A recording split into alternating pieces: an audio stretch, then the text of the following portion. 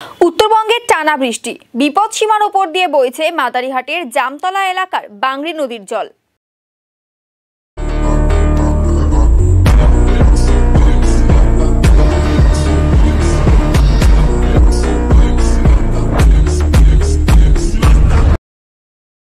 নদীর দুপাশে অপেক্ষারত বহু মানুষ।